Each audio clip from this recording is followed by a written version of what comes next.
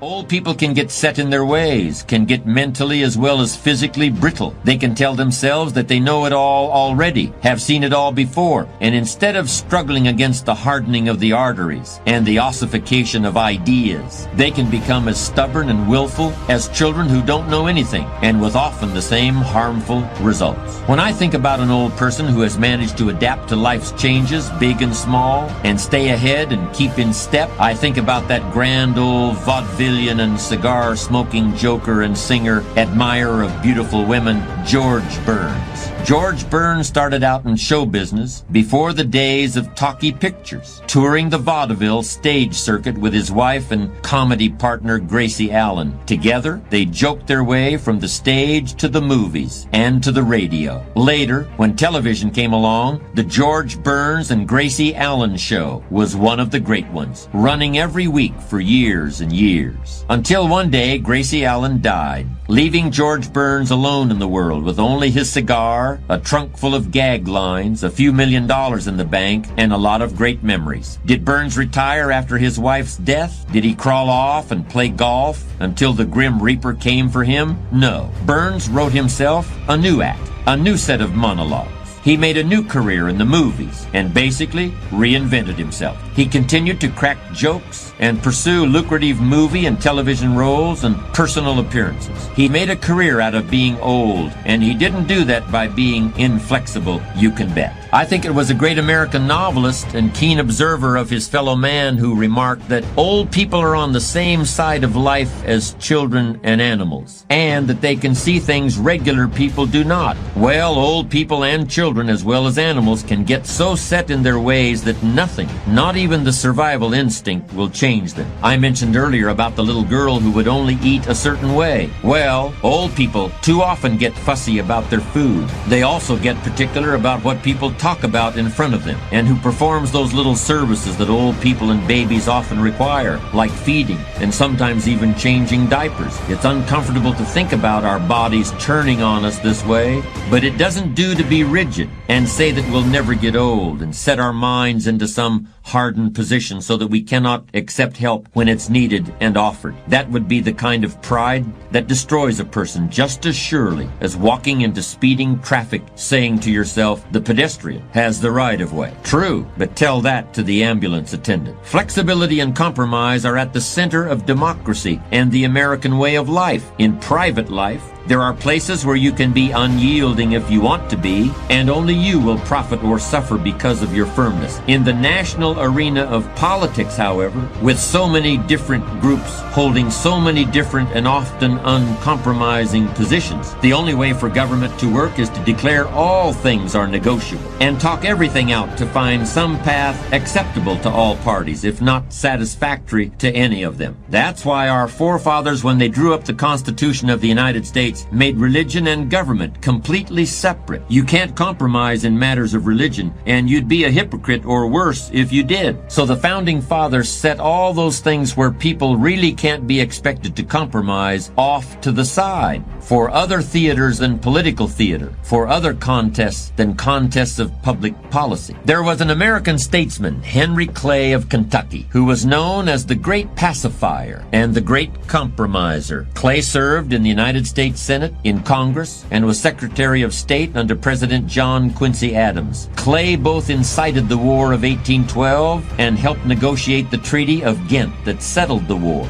Pursuing a consistent policy of reconciling the conflicting interests of the nation during the time of the great westward expansion, he ramrodded the Missouri Compromise and helped enact the National Road. As a presidential candidate, Clay said that he would rather be right than be president, and he certainly never did become president. Whether or not he was right, I couldn't say, but I suppose he felt that he was right, and that right meant finding a common path to an agreed-upon end. A wise and flexible old gentleman used to dine every month in his club downtown, sitting at a long table covered with a white linen tablecloth and silver candlesticks, and served by tuxedoed waiters, loved to regale companions with the fruits of his many years of experience. After dessert and coffee were served, he would push back from the table and light an enormous imported cigar. "This cigar is the only indulgence of an old man," he would say with a chuckle as he struck the wooden match against his thumbnail, and then he'd launch into one of his stories. They usually began with a question, such as, "Did I ever tell you about the time when I was setting up factories for the giant XYZ Corporation in the backwoods of Georgia and was compelled to teach them a little lesson in business and good manners?" Although the stories always started out the same, no two stories were ever alike,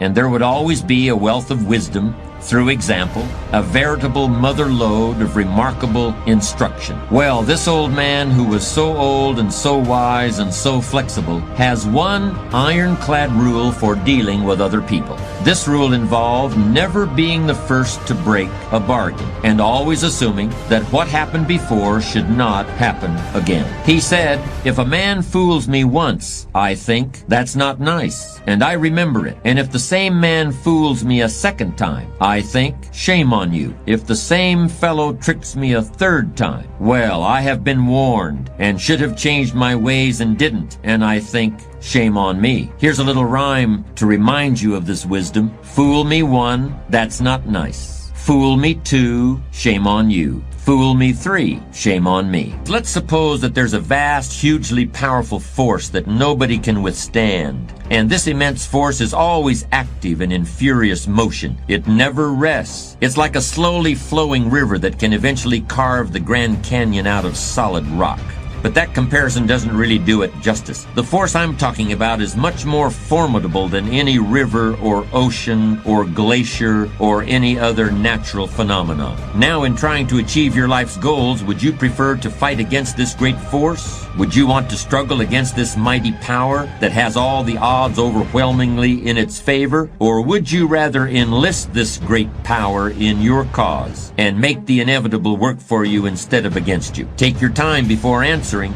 Think it over. By the way, time is that great power I'm talking about. Time is the mightiest force in the world, or even in the universe. Of course, the answer to the question I posed is very obvious. Why would you ever choose to fight time when you could have time on your side? Who wouldn't want to harness the great river of time that flows through all of life? Why wouldn't you want to use the power of time to generate power in every area of your existence, to turn the turbines of your hopes and dreams, to charge your every aspiration with lightning bolts of electricity? Well, there is only one way to make time work for you, not against you, and that's with patience. There have been some items in the news lately about changes in the climate, global warming, and so forth, and how the level of the seas will rise during the coming years and put whole communities under water that now stand high and dry. All I can tell you is that in certain parts of the country, it's been plenty hot and dry the last few summers, and I'm sure there have been times when the residents of those areas would have liked to have seen some big ocean waves come rolling across the plains. Think for a moment about any state that's in the middle of this continent, away from the coast, and ponder this question. What do you suppose it would take to turn that state into a kind of surfer's paradise? So when it gets hot, you could just go out and let the waves cool you off. For example, what would you need in order to turn Texas into California? If you take the perspective of an engineer, you'd maybe think about the water rights, the dams, and all the good stuff you'd need. The kind of undertaking that would make the Hoover Dam and Lake Mead look like a little inflatable backyard swimming pool. From that perspective, the whole notion's not only impractical, it's impossible. But if you believe everything that's been written about global warming and rising water, you realize that it isn't really an impossible proposition. In fact, some people are saying it's inevitable. You don't need any water rights or dams to see it happen either. All you need is patience. Here's another illustration of the power of patience. Imagine you're at a cottage in New England when a blizzard hits. There's more snow in less time than any other winter on record. If you went to bed in the middle of this blizzard, you'd probably assume that when you got up, you'd have to shovel the drifts away from the front door just to get down the steps. You may even think about getting started on the work before you go to bed. But in this case, as it turns out, all that bedtime effort wouldn't have been necessary. Overnight, the wind keeps blowing, and while you sleep, it shifts around 180 degrees, so all the snow on your front porch is cleared away naturally. You don't have to knock yourself out with a shovel. You may be saving yourself from a stiff back or a heart attack. And all you had to do was wait. Patience.